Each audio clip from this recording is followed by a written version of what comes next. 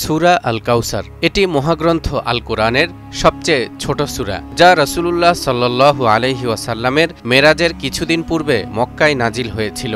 পুত্র সন্তান না থাকার কারণে কাফেররা রাসূলুল্লাহ সাল্লাল্লাহু আলাইহি ওয়াসাল্লামকে নির্বংশ বলে অপবাদ দিত এবং তার প্রতি ধৃষ্টতা প্রদর্শন করত। এরই প্রেক্ষাপটে মহান আল্লাহ তাআলা সূরা কাউসার অবতীর্ণ করে জানিয়ে দিলেন, ইন্না আ'তাইনাকাল কাউসার ফাসাল্লি লিরাব্বিকা ওয়ানহার ইন্না শানিআকা হুয়াল আবতার। নিশ্চয় আমি আপনাকে কাউসার বা প্রভূত কল্যাণ দান করেছি, অতএব আপনার প্রতিপালকের উদ্দেশ্যে নামাজ আদায় করুন এবং কুরবানি করুন। নিশ্চয় আপনার প্রতি বিদ্বেষ পোষণকারী লেজকাটা নির্বংশ। মাত্র ৩ আয়াত বিশিষ্ট এই সূরায় রয়েছে ১০টি শব্দ আর ৪২টি অক্ষর। ছোট হলেও এই সূরার মাঝে লুকিয়ে রয়েছে এমন কিছু বৈজ্ঞানিক ও গাণিতিক বিষয় যা সাম্প্রতিক বিভিন্ন গবেষণায় কিছুটা হলেও উঠে এসেছে। আসুন দেখা যাক সূরা আল কাউসারের প্রতিটি পরতে পরতে কী ধরনের গাণিতিক ও বৈজ্ঞানিক আশ্চর্য লুকিয়ে রয়েছে। দর্শক, এরই মধ্যে আপনারা জেনেছেন মাত্র ১০টি শব্দ ব্যবহার করে এই সূরা সম্পন্ন হয়েছে, কিন্তু আশ্চর্যের ব্যাপার হচ্ছে এই সূরায় ১০ সংখ্যাটি আরও বিভিন্নভাবে ব্যবহৃত হয়েছে। যেমন এই সূরার শব্দ সংখ্যা ১০। প্রথম আয়াতে রয়েছে ১০টি ভিন্ন ভিন্ন অক্ষর, যথা আলিফ, নুন, আইন, ত, ইয়া, কাফ, লাম, ওয়াও, সা, র। দ্বিতীয় আয়াতেও ১০টি ভিন্ন ভিন্ন অক্ষর, যথা ফা, সদ, লাম, র, বা, কাফ, ওয়াও, আলিফ, নুন, হা। এবং তৃতীয় আয়াতেও 10টি ভিন্ন ভিন্ন অক্ষর রয়েছে, যথা আলিফ, নুন, শিন, কাফ, হা, ওয়াও, লাম, বা, তা, র। দর্শক, খেয়াল করেছেন ঠিক 10টি অক্ষর এই পুরো সূরায় মাত্র একবার করে ব্যবহৃত হয়েছে।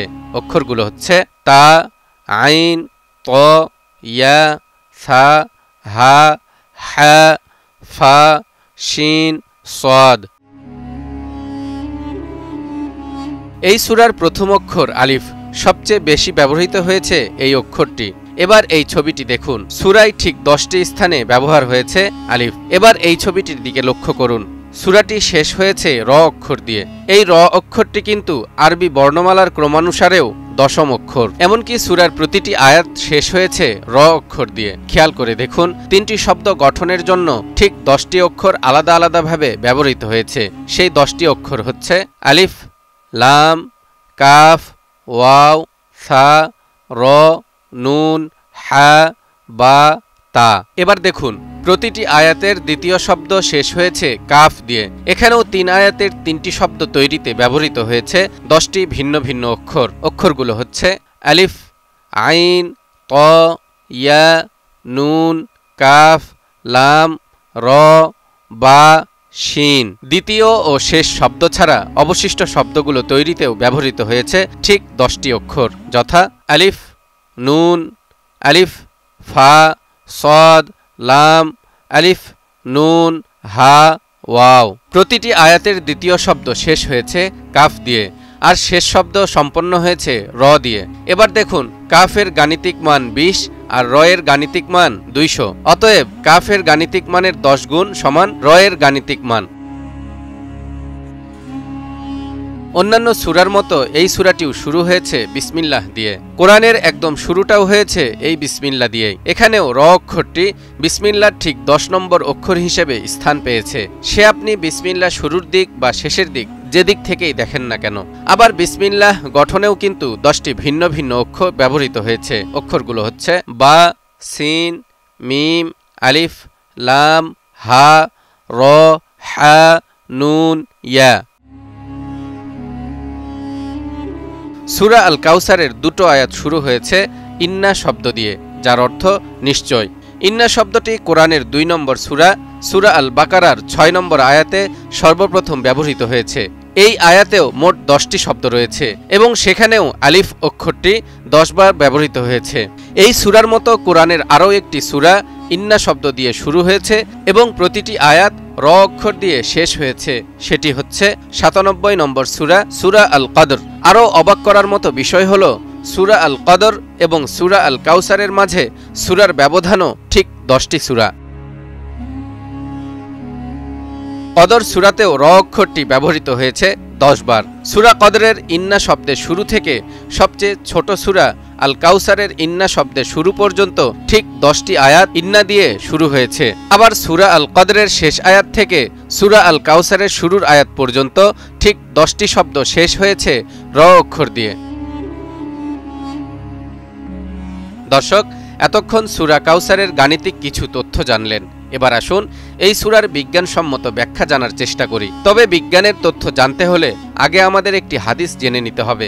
আবু উবাইদা রহমতুল্লাহ আলাই বলেন, আমি আয়েশা সিদ্দিকা রাদিয়াল্লাহু তাআলা আনহাকে আল্লাহর বাণী ইন্না আতাইনা কাল কাউসারের ব্যাখ্যা সম্পর্কে জিজ্ঞাসা করি। তিনি বলেন, কাউসার এমন একটি নহর যা তোমাদের নবী মুহাম্মদ সাল্লাল্লাহু আলাইহি ওয়াসাল্লামকে প্রদান করা হয়েছে। এর 2টি পার রয়েছে, উভয় পারে বিছানো আছে মহামূল্যবান মতি।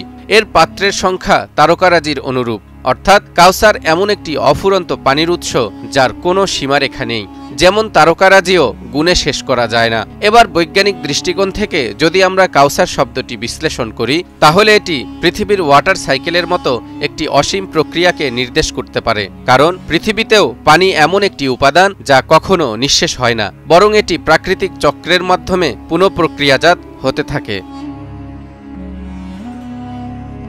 এছাড়াও কাউসার শব্দটিকে কোয়ান্টাম ফিজিক্সের তত্ত্বের সাথে মেলানো যেতে পারে। কোয়ান্টাম তত্ত্ব অনুযায়ী মহাবিশ্বের সবকিছু একটি নির্দিষ্ট শক্তির মাধ্যমে একত্রিত এবং গঠিত।